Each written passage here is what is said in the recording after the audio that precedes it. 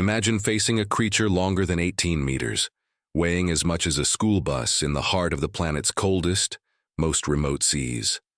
Now imagine doing so without a motorized boat, modern harpoons, or thermal gear, armed only with a handcrafted kayak made of driftwood and sealskin stitched with animal tendons, and a harpoon whose design has remained unchanged for centuries.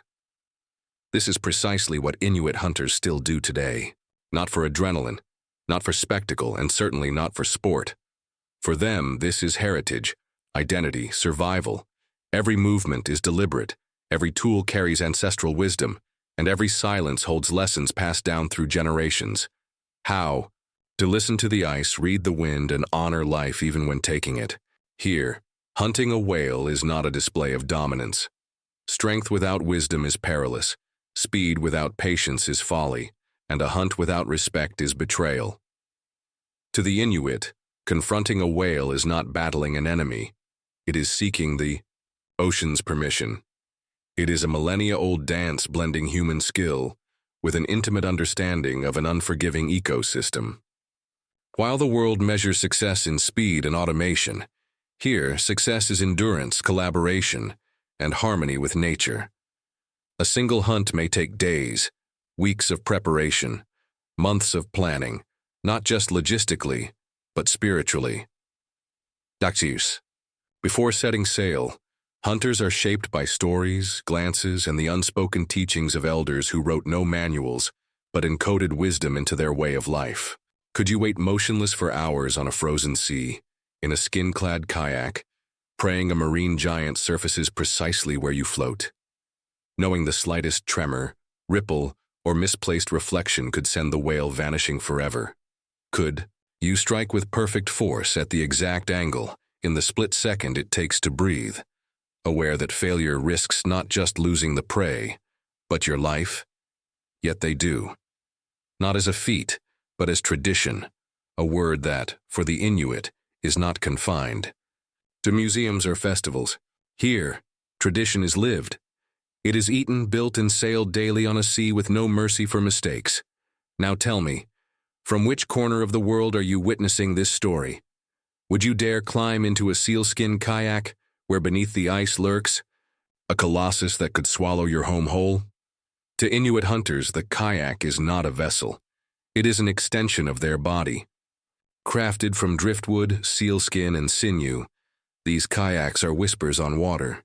Each curve, each stitch, perfected over centuries of trial and error. Building one is a rite of passage. Measurements are taken with the body, forearms for rib, spacing, feet for seat height. A well-made kayak is both armor and ally, surviving storms, ice, and leviathans. Inside, only essentials: a rope, a sharpened stone, perhaps a carved bone from a grandfather. For this kayak carries not tools but legacy. Paddling is an art.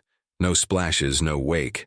An elder once said, "A good hunter doesn't startle the water. He convinces it he belongs." The harpoon walks the line between death and reverence. No simple spear.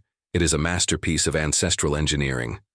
Its rotating bonehead locks into the whale's flesh, a design born not in labs, but from millennia of observation. Materials matter.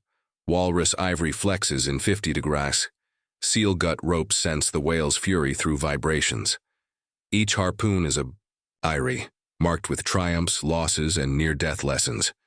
Maintenance is ritual, cleaned, oiled, stored with care. For in Inuit culture, tools are not just killers. They are bridges between life and legacy. An Inuit hunter does not catch a whale, they meet it. While the modern world navigates by satellites, they read the sky's hues, the wind's scent. The ice's cracks. Elders teach the young. Ice tells you what happened at dawn and what's coming by dusk. The strike is a suspended moment, harpoon thrown, rope taut, kayak trembling. As the whale drags them through frozen darkness, the hunter dances with a force that could snap bones. Yet in Inuit belief, the whale gifts itself. It is not taken. When the struggle ends, there is no celebration, only solemn gratitude.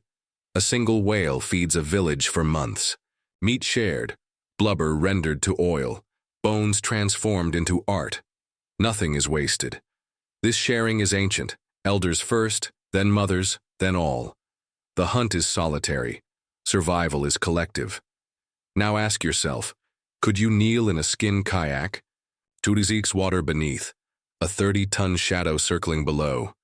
Where in your world does this story resonate?